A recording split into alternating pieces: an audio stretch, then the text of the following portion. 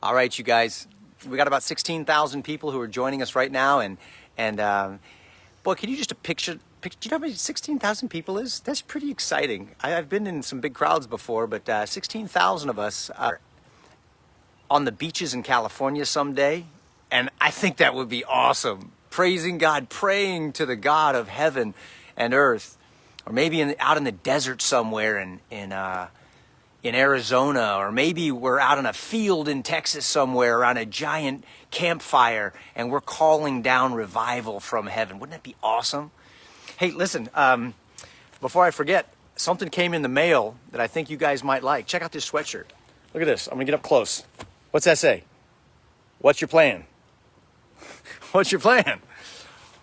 I made these because you and I have a plan. Most people don't have a plan. Right? They're saying, what's the plan? What's the plan? We don't know what's the plan. And I got this as a conversation starter so that I can go to the grocery store and people say, hey, what's that all about? And I got this as a conversation starter for you. So my wife and my kids, we got together. We said, how can we help people get into conversations? Well, we came up with this idea. A sweatshirt that says, it's a great hoodie. It says, what's your plan? And here's what you say when people ask you. If you have something like this, you just say, well, you know, every time a president comes into their office, they have a 100-day plan for the nation. And instead of putting my hope in what the president is going to do in the first 100 days, I'm coming up with my own 100-day plan. And you could say that, you know, a whole bunch of us have a 100-day plan to get around a campfire that Kirk and the family of faith are making in Kirk's backyard, and we're going to be talking about all the things that made America the greatest nation on earth. We're going to pray, we're going to praise and worship God around a campfire for 100 days, and we're going to ask God to heal our land. And we're going to see what happens, rather than just waiting for somebody else's 100-day plan to fix stuff. I'm excited. Now, I haven't worn this out in public yet, but I'm planning to tomorrow. They just came in the mail today. I ripped open the package. I was so excited. Hey, if you want one of these, I would suggest you could make one yourself. It's easy. There's a couple of companies that do that. I looked at Bonfire and Printful. You can just go on and Shopify, whatever. Make up your own t-shirt. You make your own hoodie up. If you want this one, it's super easy. I've got it for you on my website. Just go to kirkcameron.com and you're going to see it there tomorrow. I just got it today. I don't have it up on the website yet, but it'll be there tomorrow if you want one, and it comes in every color. You can get it in pink, you can get it in green, you can get it in black, you can get it in gray, you can get it in any color, any size. I think it's going to be cool, because here's the goal. The goal is we want other people to gather around the campfire, right? We want others to catch the fire of revival, and we want to see that revival first revive individuals in their own heart. I want to be revived. You want to be revived. You want to be released from the prison of fear, and you want to be fueled by faith. That's what we're doing. We want our homes to be revived, our marriages, our communities, our churches, our schools, our businesses, and our nation. So, oh, and check it out. And they say, oh, what's this? You got a name for this plan? Yeah, I do. It's called, check this out. You put the hoodie up. Look what it says on the back. American Campfire Revival. Do you see it? I can't see if you see it, but I hope you see it. Anyway, I hope you like it. I made it for you guys. And I want you to comment and tell me what kind of conversations you got in at Target, in the grocery store, whatever. Okay, so we're continuing to go through the American Covenant, the untold story. And we've been talking about liberty. We've been talking about freedom and what it takes to produce freedom, and how God has been on a mission to bring freedom to mankind since the very beginning with Adam and Eve, and went through Adam, Noah, and Abraham. We talked about the Roman Empire and the Greek Empire, and we talked about how God values individual people, not just you being one little cog in a machine, and all that matters is the way that godless people view man, which is just, you're just one little thread on the fabric, and if you go away or you die, it doesn't really matter anyway. The evolutionary worldview says you're just an evolved, overarching worm that climbed up out of the soup, and if you get extinguished, that doesn't really matter. Everything still goes on as though you were never even really here. God doesn't see you that way. He doesn't see me that way. He doesn't see our family that way.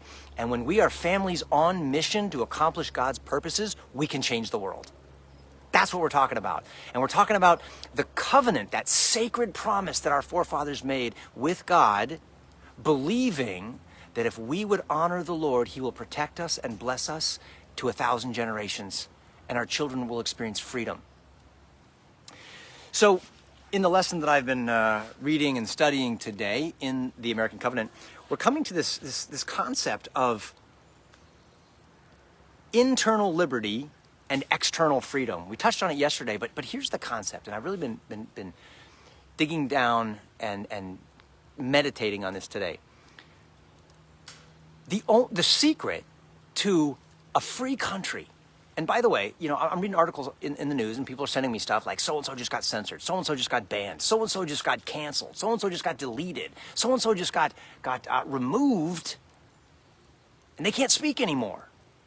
And it seems like if you're not woke enough, you don't have the freedom to even speak anymore. So I don't want to get deep into that, but I do want to say that you and I want the freedom to speak, the freedom to think, the freedom to worship God according to the dictates of our conscience. We want our children to grow up understanding the blessing of liberty. What's the secret to it? Well, the secret to a free nation is having the people experience liberty in their own heart. This is the message that Jesus came to bring. Jesus came to set the captives free. And we talked last night about the story about how a shepherd who has 100 sheep and one gets lost, he leaves the 99 and goes after the one because he values the individual. Not just the mass, but the individual uniquely cares for that one that he created. And that's how he cares about you and me as well. And the way to have a free nation is to have people who are individually set free in their heart from their own demons and snakes in their head and devils in their heart that cause them to be selfish and prideful and want to take advantage of other people and be all about themselves. Once we're set free from that, now I'm free to love my wife. Now I'm free to parent my children where it's not all about what they do for me, but about what they need me to do for them. It's now not about what can God give me, but how can I give my life to serve God? Once I'm free in an individual way, and you're free, we now begin to set the stage for an entire nation to be free in its forms of government, in its economy, in the way that we teach our children. And we're not going to be a government that is canceling and deleting and censoring and shutting down and taking away from citizens and individuals, because we've been set free internally. Gotta make sure we're okay.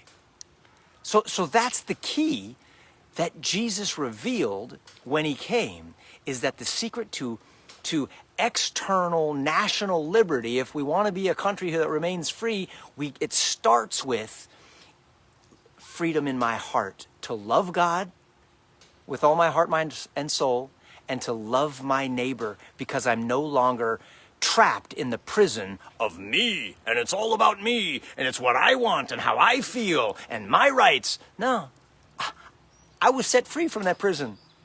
And now I'm free to love my neighbor and consider my neighbor more important than myself. And I want to honor God. And I'm here to serve him and his purposes. And that results in blessing for everybody. Second concept in the study here for day 22 is this idea that there is a great big difference between Christian individuality and godless individualism. So God loves the individual. We've been talking about that. And what that means is You are uniquely valued by God for who you are. You don't need to look like anybody else. You don't need to sound like anybody else. You don't need to have the money of anybody else or have the talent of anybody else. God made you unique for your own particular purpose.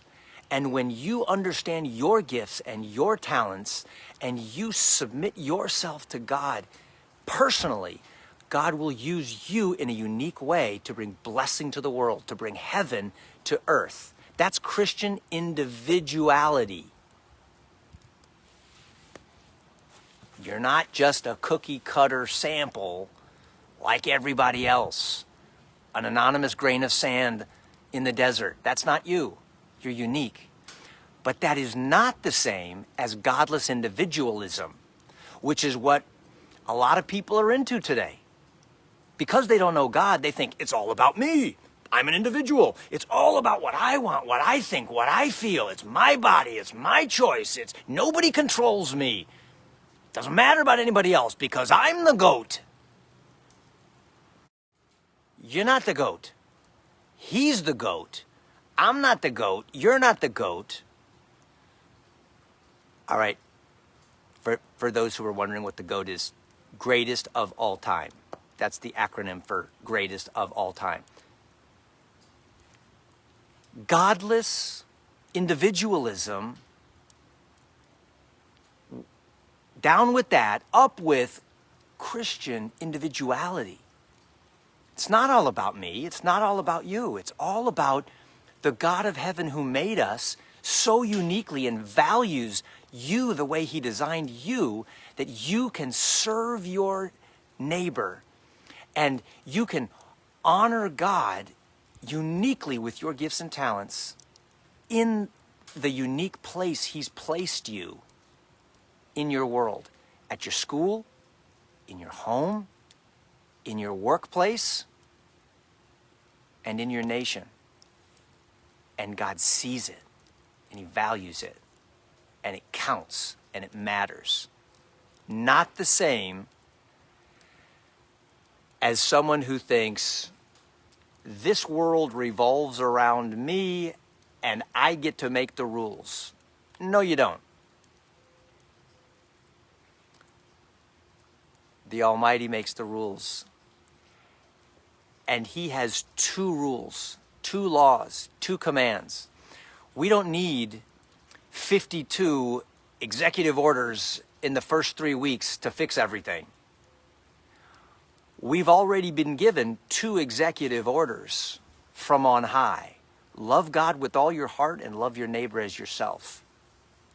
If we can be set free to do that as individuals, we don't need any other orders. That covers it all. It sets us free in our hearts, in our homes, in our churches, in our schools, and it sets us free as a nation. And maybe we could be that nation that helps to set the whole world free. And it starts with you. It starts with me. And it starts with having a plan. I want to try to keep this brief tonight and not go over the 15-minute marker, which I got to trim it down for Instagram. So thank you for joining us again. The whole point is we want this campfire to spread. We want the fires of revival to spread from us to our neighbors. We want it to be like a grass fire that just moves across the entire nation. If your heart and your home catches the fire of revival, people will notice. Let them know that you got a plan. You're not planless. You're not hopeless. You're faithful. And you're confident that God is up to something important. Well, look forward to seeing you again tomorrow night for day 23. And again, if you're interested in getting one of these hoodies, tomorrow they'll be available. They're not available yet. God bless you guys, and I'll see you tomorrow.